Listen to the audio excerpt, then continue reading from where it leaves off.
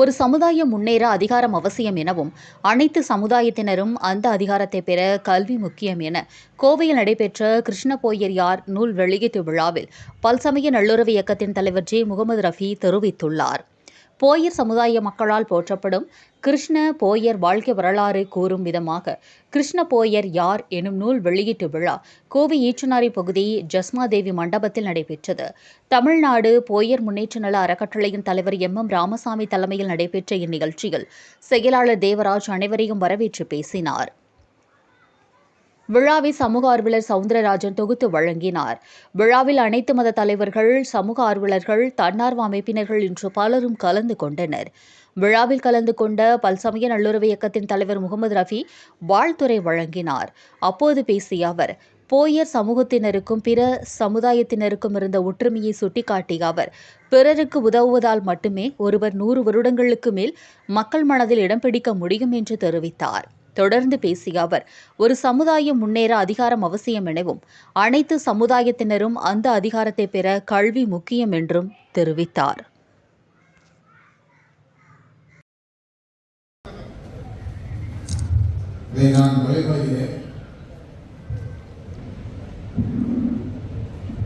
இப்பொழுது இந்த நிகழ்ச்சியில் வந்திருக்கும் மலரை பேச முடியும்.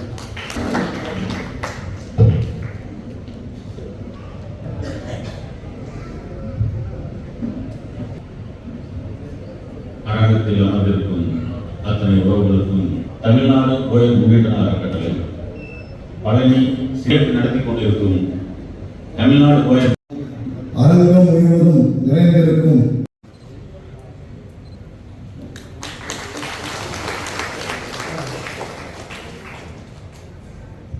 முருகன் அவர்களுக்கு நன்றி.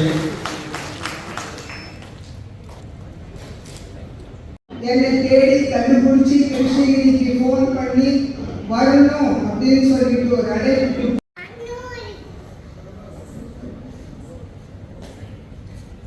அழைக்கிறோம்.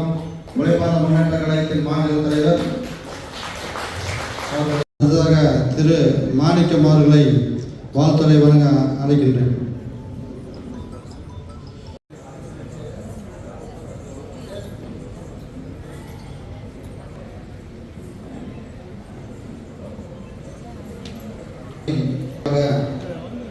சிறப்பு அழைப்பாளர்களை மேடைக்கு ராமசாமி அவர்களை மேடைக்கு அழைக்கிறோம். தெரியாமல் நிறைய தானங்களை செய்து கொண்டவர்கள் வாழ்வில் நாங்கள் மிக மகிழ்ச்சி அடைகிறோம், பெருமை அடைகிறோம். நம்ம சமுதாயத்தின் பெருமை கிருஷ்ண பார்க்கலை நடத்தி வரும் திரு CS விஜயன் அவர்களை முன்னிலை வைக்க மேடைக்கு அழைக்கிறோம். அனைவரும் வருகிறதற்கு எனக்கு பல்சமய நல்லுறவு இயக்கத்தின் சார்பாக நன்றி தெரிவித்துக் கொள்கிறேன். கிருஷ்ண போயர் அந்த வரலாற்று நூலை எழுதினவர் பாபு அவர்களுக்கு நான் இப்போதான் எனக்கு புத்தகமே கிடைச்சது. ஒரு 2 நிமிடம் தான் படித்தேன். அந்த 2 நிமிடத்திலேயே நான் அந்த புக்கை முழுமையாக படிக்கணுங்கிற என் எண்ணத்தில், என் உள்ளத்தில் எண்ணம் தோன்றியிருக்கு.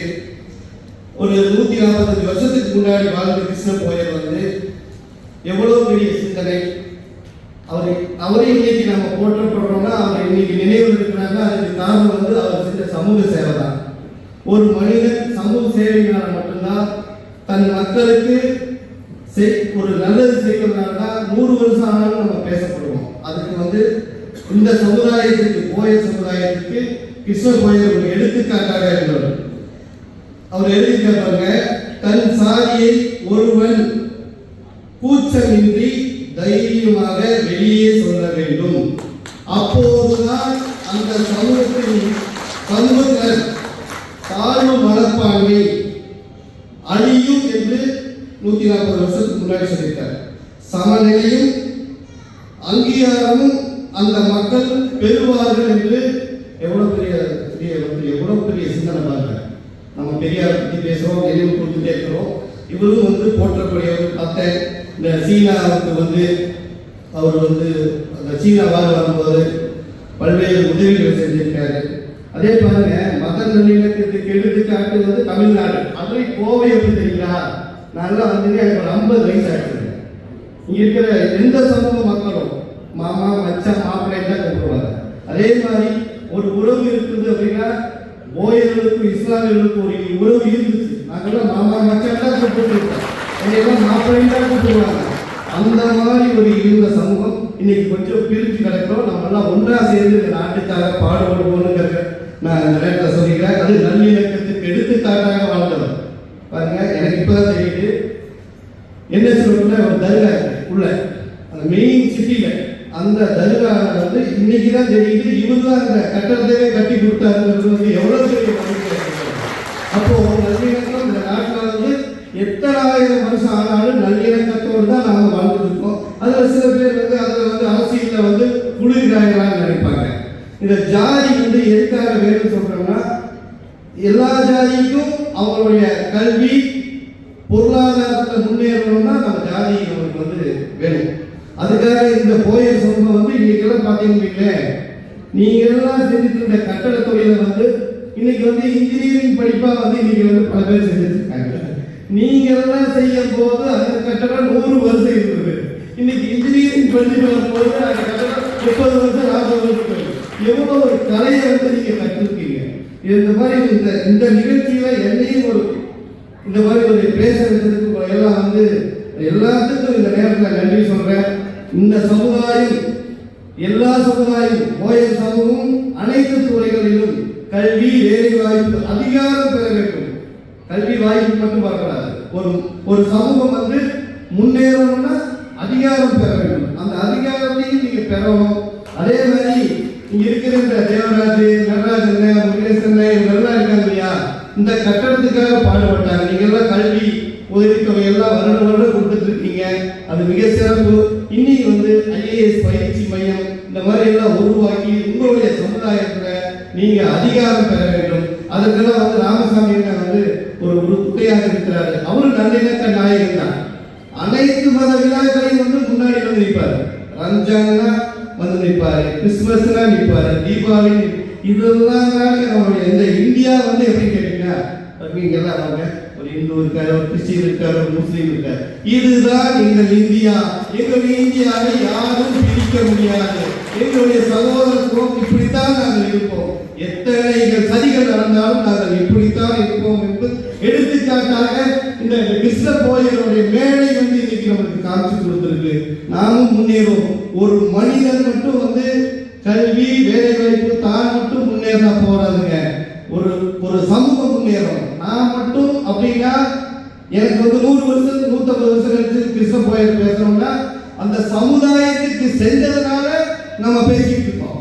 தான் குடும்பம் நானு அப்படின்னா என்னை பத்தி நான் செத்து போனா என்னை பத்தி 3வது நாளே என்னை பார்த்துருவாங்க.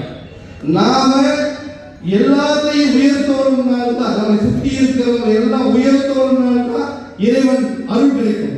இறைவனோட அருள் எப்படி பெறுது? நான் மட்டும், என்னுடைய குழந்தைகள் மட்டும், என் மனைவி மக்கள் மட்டும்தான் யாருமே வாழ்க்கையில முன்னுக்கு வர முடியாது. அவனுக்கு எப்பவுமே வாழ்க்கைக்கு கஷ்டத்தை முடியாது. நாம் எல்லாம் முன்னேறணும் என்றால்தான் அவன் வந்து இது ஒரு போதை. சமூக சேவை என்பது போதை. நீங்க சாராயத்தை பத்தி போதை நினைச்சுக்காதீங்க. சமூக சேவை என்பது போதை. அனைவரையும் உயர்த்துவது அது ஒரு போதை. மற்றவர்களுக்கு உதவி செய்வது ஒரு போதை. இந்த போதையில நம்ம போய் அனைத்து மக்களையும் ஒன்றிணைத்து சகோதரத்துவத்தோடு சமத்துவத்தோடு நம்ம போய சமூக மக்களை, உங்களுடைய சமுதாய மக்களை தான் நீங்க உயர்த்துங்க என்று கூறி எனக்கு இந்த வாய்ப்பளித்த இந்த போய சமூக மக்களுக்கும், என்னை ஈண்டெடுத்த தாய் தந்தையருக்கும், என்னை படைத்த இறைவனுக்கும் நன்றி கூறி விடைபெறுகிறேன்.